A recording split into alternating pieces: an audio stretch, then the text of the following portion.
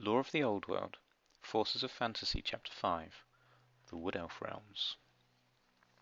The inhabitants of Athel Loren are mysterious and secretive beings, rarely seen beyond the borders of their forest homeland, and thus little understood by the outside world. In the defense of their woodland realm, the Wood Elves and their allies are deadly and unforgiving. The Azrai often appear capricious and cruel to outsiders, though in truth each harmful act is performed in order to preserve their mysterious home, and to uphold the natural balance of the wider world, or so they would claim. The Forest of Athel Loren is a mystical place, whose shadow stretches far across the land. It extends along the banks of two great rivers, named by the Bretonnians as the River Grismeri in the north, and the River Brienne to the south. The forest rises from the fertile plains of Bretonnia, and reaches high into the great mountains, riddled with dwarf mines and strongholds. Its outer borders are marked with waystones, placed there by the first Elves to settle upon the lush plains of the Old World many centuries ago, to contain the wild things that dwell beneath its boughs. Within the forest's span, great trees loom overhead, their branches moving slowly, ever straining to escape the magical barrier of the waystones. Roots twist and claw across the fern-covered rocks and loam, and low mists coil underfoot. None tread beneath these eaves without feeling the eyes of the forest and its innumerable denizens upon them. Every step is dogged by a sense of watchfulness that permeates each leafy glade and winding track. The verdant labyrinth of these forests unsettle even the most courageous soul, for all that enter are followed by movement glimpsed from the corner of the eye, haunted by the voices of unseen creatures and the strange cries of unknown predators, and ever discomforted by the feeling that one is being watched at all times. Dark forms move through the twisting branches and dense undergrowth. Tiny darting shapes flit between the trees. Only the insanely brave, mad, or foolish dare to cross its bounds. All others shun it as a haunted place, filled with unquiet, malicious spirits. There are few safe paths through Athel Loren. An individual that treks under the dark boughs for what seems like a couple of hours may, if they survive, return home to find that 100 years have passed. Equally, one might wander lost through the forest for decades, only to emerge later on the very day that they entered. Navigating through Athel Loren is no easy task, for the forest's landmarks and glades are ever shifting. What was open clearing one night may be heavily wooded the next morning, and pathways often disappear or turn back on themselves without warning. Even if an intruder tries to walk a straight path, they will invariably find that they have been turned about and are now facing out of the forest, their sanity tested by the horrors and wonders they encountered within. But not all forays end in disaster. The fortunate or the worthy might occasionally find passage between the changing paths, guided perhaps by a welcome shaft of sunlight, or coming across a forest trail at an unexpected turn. Inspired by such tales, there will always be those that dare enter the dark forest, drawn by fanciful tales of treasure or of hidden knowledge waiting to be won.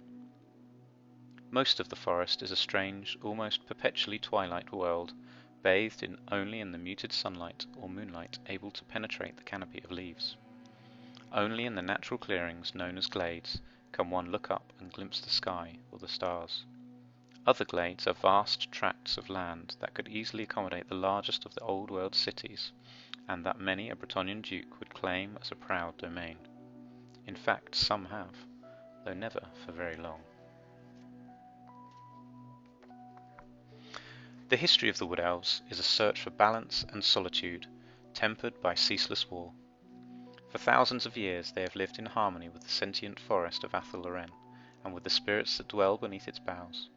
Here they have learned to dwell in concord with the seasons and the weave of life and death that binds all living things together. Unlike the other elven races of the world, the Wood Elves have never sought to rule, and wish only to see their homeland persist through all the coming ages of the world. It is this cause for which they fight, for no land endures long if it cannot take up arms against those that wish to harm, and the walking woodland of Athel Loren has more than its fair share of enemies. To man, dwelling in the fertile plains north and west of the great forest, and to the dwarfs delving deeply beneath the mountains to its east, the forest is viewed as a brooding and malicious foe, and perhaps they are correct. Neither the wood elves nor the forest spirits to which their fate is tied care for the lives of outsiders. They think nothing of resorting to slaughter to ease affront, and there are always those who seem eager to provoke their wrath.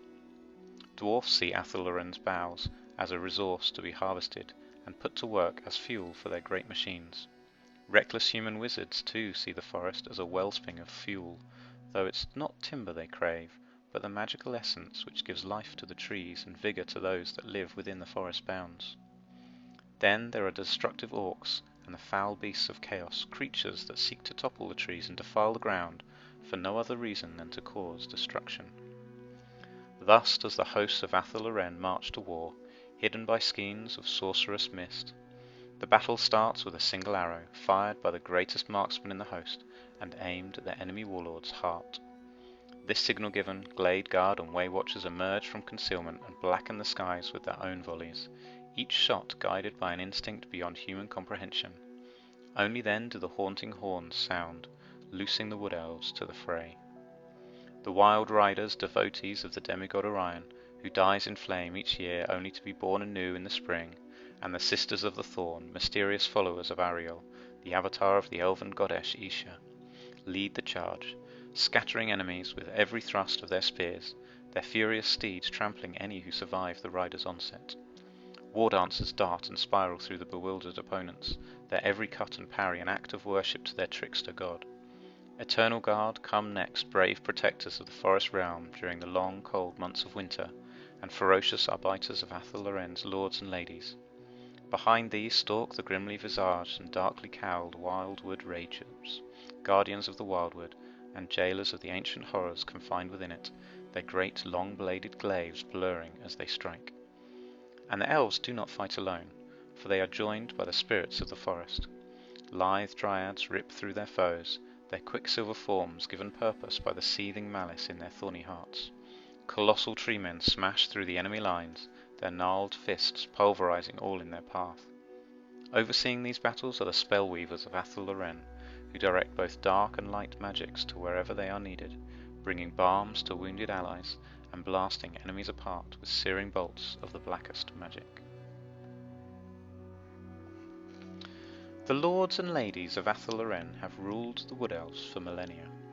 Each highborn is required to keep their domain free from intruders, and has the ultimate responsibility over the area of the forest in which their followers dwell. Most often, this is a task that is accomplished by the Highborns, Eternal Guard and Glade Guard, though in more dangerous times they will entreat the spirits of the forest, or even elves from other regions of Athel Loren to lend aid. Though the inhabitants of Athel Loren are as proud as any of the elven races, they never allow their own hubris to endanger their homeland. The defence of Athel Loren is the one calling that is held above all others. Elves are intrinsically magical beings. In most, this talent is too weak to be developed, presenting itself as occasional forebodings, but in truly gifted elves it can be shaped into a tool of great power. Such a boon is not without danger, for raw magic is a destructive thing if drawn upon unwisely. Whilst other elves protect themselves from such ravages through ritual, the spellweavers and spell-singers of Athel Loren shield themselves by joining their minds to the forest's sleeping consciousness. As a result of this connection, Wood Elf mages have an altogether unique relationship with Athel Loren. This bond allows them to commune with the forest, and some particularly powerful mages can use their bond to reshape the forest itself. Shadow dancers are the closest thing that the trickster god has to a priesthood, and they are both respected and feared as a result. They, and only they, know all the paths through Athel Loren. Indeed, it is said that they tread the paths of the Dreaming Wood as surely as they do the mortal world. In battle, shadow dancers are even more dazzlingly swift than the war dancers they lead. At other times they are less flamboyant, preferring to confound others with deceptions of the mind, rather than swiftness of body. Indeed, many shadow dancers can create illusions, which they inevitably use to further distract their foes, or mete out a much-needed dose of humility to elves or spirits that have forgotten their station. Waystalkers are solitary individuals, perfectly at ease within their forest homeland, able to survive by their wits and cunning in the wilds. They let years pass between visits to Wood Elf halls, and, On the rare occasion when a Waystalker returns to their people, they stand alone as outsiders, apart from all the others. A Waystalker's marksmanship shames even that of other Waywatchers. They can pick out a single enemy from a seething mass of troops and place the one perfect shot that brings the target lifeless to the ground. Yet the Waystalker finds no reason to exult in the application of their skill. After all, what prey could hope to escape one who has dedicated their entire life to the hunter's art? Of all the Treemen of Athel Loren, there are those, old beyond mortal reckoning, whose names are revered above all others. These are the Treeman Ancients. When first the pact between Forest and Elf was formed, it was they who spoke on behalf of Athel Loren, and they were old even then. Treeman Ancients seldom rouse themselves to wakefulness. Finding the waking world less vibrant as they get older, they prefer to retreat into a deep sleep. Thus do the Treeman Ancients pass through the centuries in a state of dormancy, tended by a small group of dryads. Only when dire times befall are they awoken from their slumber, for only with their leadership can Athel Loren be roused to its full fury. Branch Wraiths are the oldest of the dryads, shapeshifters that have protected their forest home and served the ancients of Athel Loren with a dedication bordering upon the fanatical since the world itself was young. Yet before the coming of the Elves, the Branch Wraiths were so much more. In the earliest days, it was they who ruled within the forest and tamed the winds of magic to bring sustenance to bough and branch. Thus do few Branch Wraiths think kindly of the Elves, and many hate them. Now the Branch Wraiths watch and wait for the seasons to shift once again. One day soon, they believe, the usurpers will be cast down from their lofty perches and the natural order restored.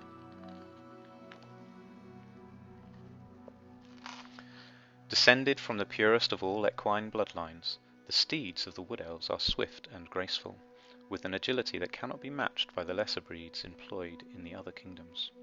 Where the war horses of Bretonnian Empire bred for strength, the horses of Athel Loren are swift, agile, and cunning creatures. No beast in all of Athel Loren is more treasured than the great stag, a creature that the Wood Elves revere as representing the true soul of the forest. Great stags only seem to appear at portentous times, most often to serve as war steeds for particularly noble elves. On occasion a great stag will appear at a time of great celebration and feasting, a sure sign of the forest's blessing. The unicorn is an innately magical creature that finds the taste of magic intoxicating. Most spell singers find this most fortuitous, as a unicorn makes for an excellent steed. Furthermore, the beast's nature protects its rider against hostile magics with a devastating spell, often resulting in little more than a slightly inebriated and emboldened steed. Many large birds of prey live in Athel Loren, especially when it covers the foothills, ravines, and crags of the Grey Mountains. These hawks and shrikes grow to far grander proportions than similar species found elsewhere in the Old World.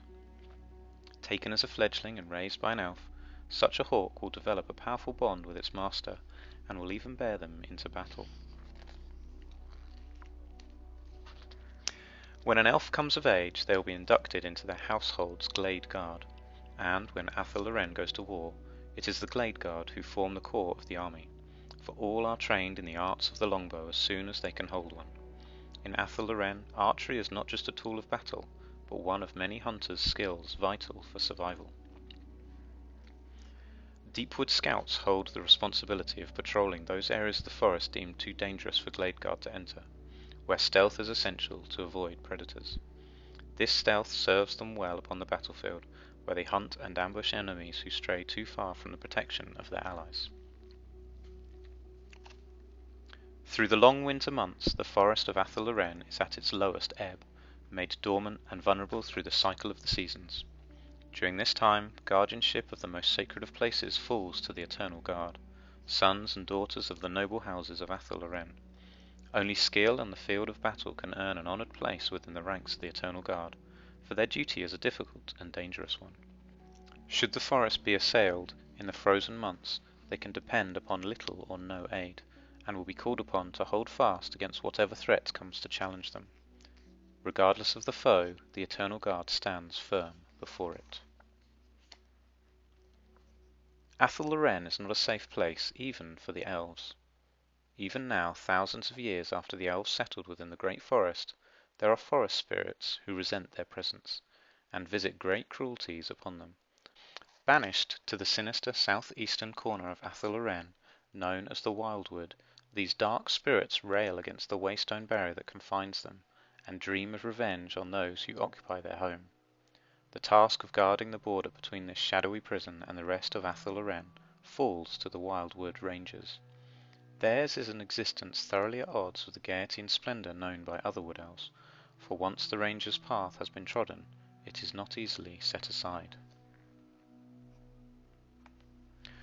War dancers roam Athel Loren in tightly knit troops, treading paths and secret ways that few others know or dare to use.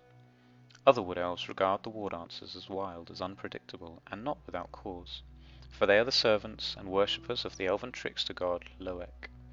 The war dancers lead the elves in music and rejoicing, and perform the intricate dance rituals that reenact the history of Athel Loren, a form of storytelling more important to the Wood Elves than the more conventional method of writing. War dancers are sublime warriors, with each war dancer in the troop leaping and pirouetting through the many ranks to music only they hear, gracefully evading clumsy enemy blows before dispatching their foe with an impossibly swift strike. Way Watchers are silent sentinels, the guardians of the paths leading into Athel Loren. They are masters of concealment, and can lie unmoving and unnoticed for days on end, before springing an ambush on startled and unfortunate prey. The way of the Watcher is the natural progression of those who have trained as scouts. Over time, an elf may become more comfortable in the forest's embrace than in the presence of kin. They drift further from the halls, spending more and more time in the forest, honing skills of stealth and marksmanship.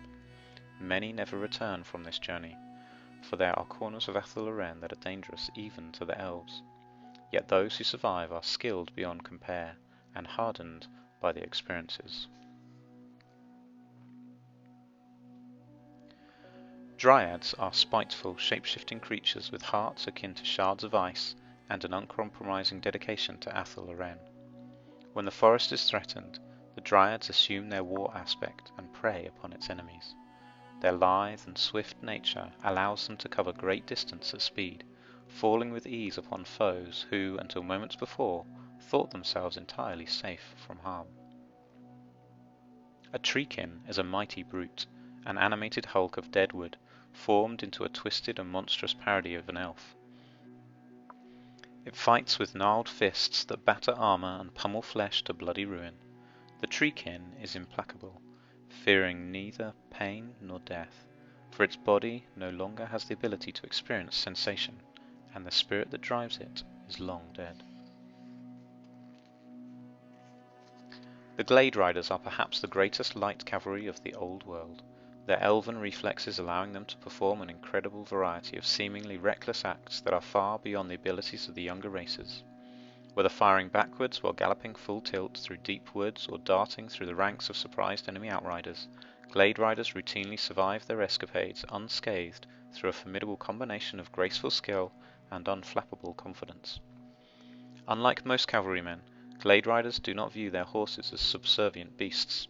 Instead, over a period of many years, a deep connection is formed between rider and steed. This bond is so deep that horse and rider act as one, communicating on an almost spiritual level. The Sisters of the Thorn are Ariel's handmaidens, a sisterhood whose nature and origins are shrouded in mystery. This has not prevented Wood Elf bards and skalds from recounting stories that tell of such things. If these tales are to be believed, the Sisters of the Thorn could be anything from elf maids possessed by dryads, splinters of Ariel's soul given life by dark magic's influence, or any one of 100 even more outlandish theories. The sisters have heard all of these stories. There is little that occurs in Athel Loren that escapes their notice, yet they do not care. The bards, by spreading these tales, have done more to obscure the truth than the sisters ever could. The Wild Riders of Kernos are Orion's personal guard, each as aggressive and impulsive as he. They are fey and dangerous creatures who are no longer truly the elves they once were. Now and forever they are part of the Wild Hunt's eternal glory. In appearance, Wild Riders are throwbacks to the ancient days of the Elves. Their weapons are things of crude iron or even flint, their ceremonial robes and armor seldom more than the pelts of animals slain during their sacred hunts. Yet there is an otherworldliness and nobility about the Wild Riders that cannot easily be denied. The power of Kernos flows through them as surely as it does through Orion. A fledgling hawk raised by an elf develops a powerful bond with its master, and will even bear them into battle. As time passes, rider and hawk become almost one creature, existing for the call of the hunt and the thrill of the chase alone. These Warhawk Riders scout their territory for invaders, and are skillful enough to guide their steed down through the trees to strike at intruders. Those who ride the Warhawks display phenomenal agility and balance, able to launch volleys of arrows while their mount flits and darts through the forest at speed. In this way, an intruder who strays into the pine crags or other mountainous realms faces not only the fury of the hawks, but also that of the elves. Nothing dwells for long in Athel Loren without being changed, and the dragons that nest within the arboreal gloom are no exception, having slowly become an extension of the forest's will. Though still voracious predators, the dragons hunt only when the forest has need of them, resting in a state of hibernation for the remainder of the time. Should there be an intrusion by creatures too mighty for Athel Loren's spirits, the forest will occasionally goad one or more forest dragons to wakefulness in order to counter that threat. More often the elves will themselves petition the aid of a dragon to serve as a steed for a Glade Lord, a request to which the beast accedes with reasonable grace, provided it wasn't disturbed from a particularly fascinating dream. More intelligent and nobler of aspect than the smaller warhawks that live on the lower slopes of the mountains, great eagles are creatures of unceasing vigilance, possessed of an abiding loathing for evil creatures of heart. Ever alert to the events occurring in the lands beneath them, the great eagles unceasingly carry news to the elven nobles that dwell far below them, giving a welcome and often crucial advance warning of invasion or strife.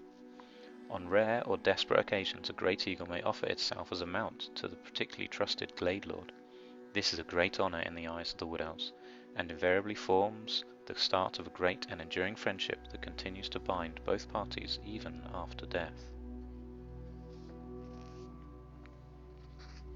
The most powerful of Athel Loren's spirits are able to entwine their essence with that of a living tree, moulding it to their will. It is not a decision taken lightly, for when a spirit forms a bond with a living tree, they become irrevocably merged and cannot choose to leave. Only death can sever the connection. From that moment on, the will of the spirit shapes and drives the tree, using knotted bark and gnarled branches to serve where an insubstantial spirit form cannot. Treemen are revered by elf and forest creature alike, and are often infested with lesser spirits, living amongst their branches, roots, and hollows. Yet in battle, a Treeman can be counted amongst the mightiest and most wrathful of all Athel Loren's denizens. Many are the magical treasures kept by the lords and ladies of Athel Loren's numerous elven kindreds. Amongst these are counted artifacts of eras long past, forged before the elves settled within the great forest. Elegant weapons, armor, and talismans created by the artisans of Ulthuan, and wielded in ancient wars, sit beside artifacts of great power, crafted by the spirits of Athel Loren and given to the elves as gifts to aid them in their role as defenders of the forest realm. To these treasures are added those created by the elves themselves, light and supple armor, long spears, magically infused bows, and perhaps the most common of all, enchanted arrows, crafted by the skilled hands of elven warriors.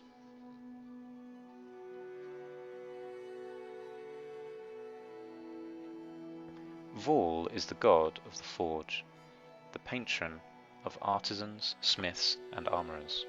Wounded by Cain during the long-ago wars of the gods, Vol is both crippled and blind. Yet still he labours night and day to create weapons of incredible potency to aid both gods and elves, his tears of shame hissing upon the forge and falling to the mortal world as shards of flint. Glade Guards revere Vol greatly, for a hunter is naught without a quiver of arrows that fly true. Every Glade Guard carries a single flint-headed arrow, lovingly crafted from a stone from the realm of Torgavan, inscribed with the words Ethris il Idrion, the Maker's tear. Such a weapon is used against only the direst of foes. A shard of godly sorrow should not be wasted upon inconsequential enemies.